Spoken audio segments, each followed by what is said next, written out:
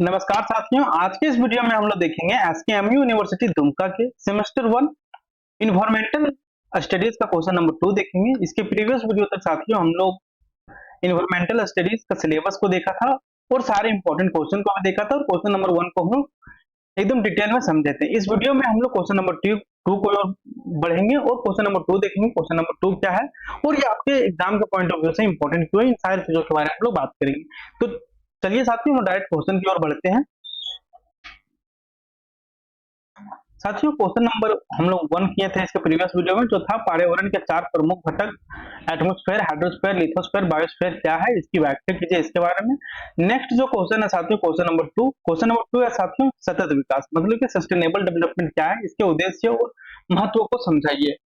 साथियों जो सतत विकास है अपने आप में बहुत ही महत्वपूर्ण टॉपिक है, क्योंकि साथियों सतत विकास होता है कि इस प्रकार से विकास करना कि जो प्रेजेंट टाइम में जो जरूरत है उसे भी पूरा किया जा सके और जो फ्यूचर में आने वाला समय है उसको भी कोई नुकसान ना पहुंचाए।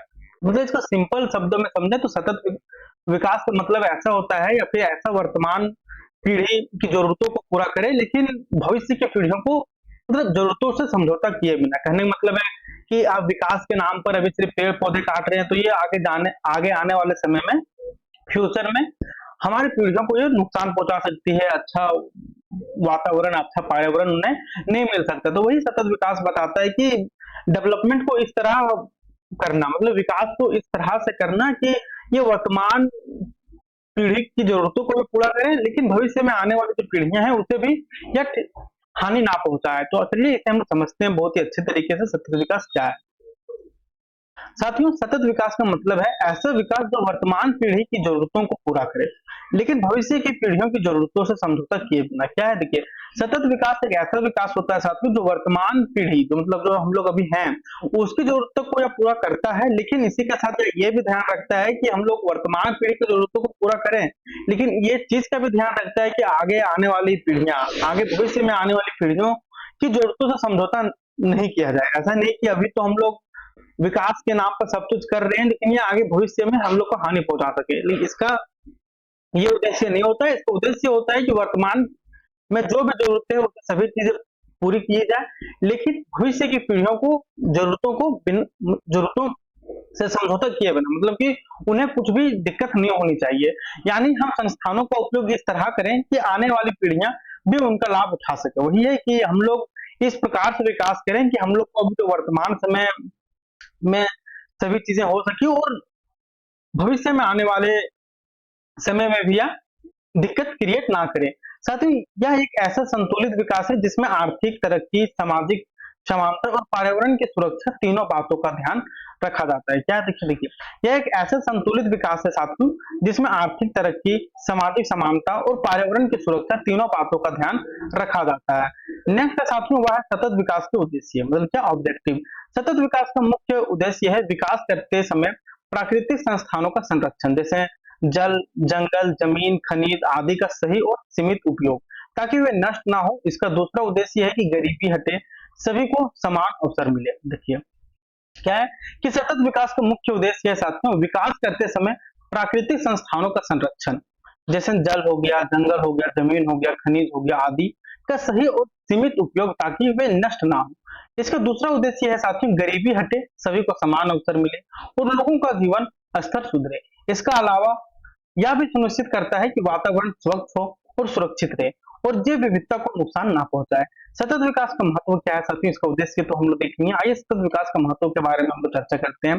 साथियों सतत विकास इसलिए जरूरी है क्योंकि आज अधिक जनसंख्या, उद्योगों का बढ़ना, पेड़ों की कटाई और प्रदूषण के कारण हमारा पर्यावरण तेजी से बिगड़ रहा है। देखिए सतत विकास क्यों जरूरी है साथियों आज के डेट में। साथियों ये इसलिए भी जरूरी हो जाता है क्योंकि आज अधिक जनसंख्या, उद्योगों का बढ़ना, पेड़ों की कटाई और प्रदूषण के कारण जो हमारा पर्यावरण है साथियों वह तेजी से बिगड़ रहा है।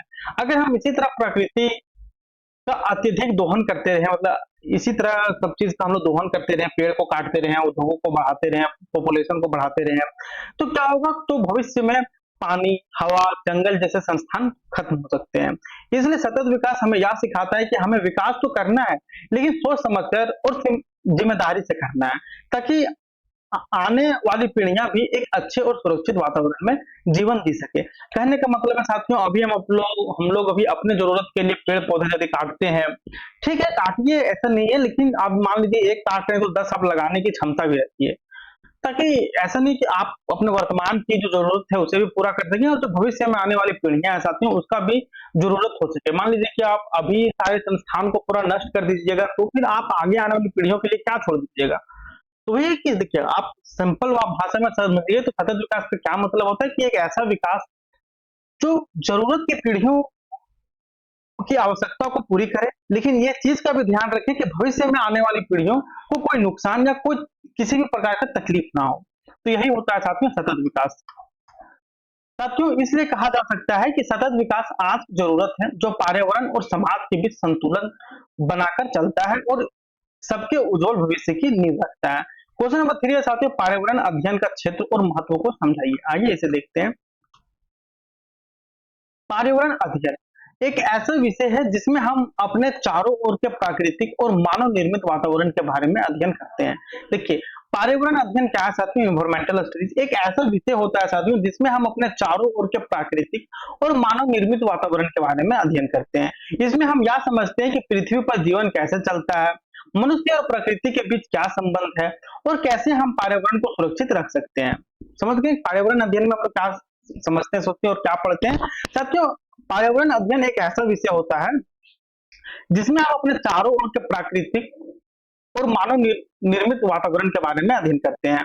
पर्यावरण अध्ययन में क्या करते हैं, ये एक ऐसा विषय होता है जिसमें हम लोग जहां पर रह रहे हैं उसके चारों ओर के प्राकृतिक, या फिर ऐसा तो है नहीं कि हम लोग जहाँ रहते हैं वहां से सारी चीजें प्राकृतिक है, वो मानव निर्मित भी है। तो इस सब्जेक्ट में हम लोग यही सारी चीजें पढ़ते हैं साथियों कि हम लोग जहां भी रहते हैं उसके चारों ओर के प्राकृतिक और मानव निर्मित जो वातावरण है साथियों उसके बारे में हम लोग अध्ययन करते हैं। इसमें हम यह समझते हैं कि पृथ्वी पर जीवन कैसे चलता है, मनुष्य और प्रकृति के बीच क्या संबंध है और हम कैसे पर्यावरण को सुरक्षित रख सकते हैं।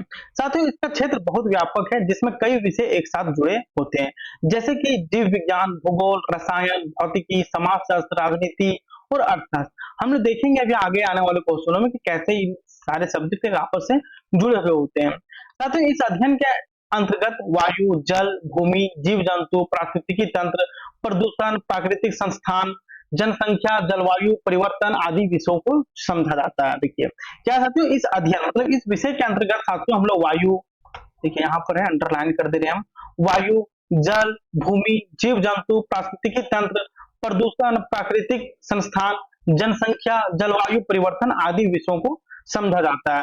पर्यावरण अध्ययन का महत्व बहुत अधिक है। आज के समय में प्रदूषण, ग्लोबल वार्मिंग, जल संकट, जैव विविधता की हानि जैसी समस्याएं बढ़ती जा रही है। देखिए क्या है साथियों, आज के समय में प्रदूषण, ग्लोबल वार्मिंग, जल संकट, जैव विविधता की हानि जैसी समस्याएं बढ़ती जा रही है।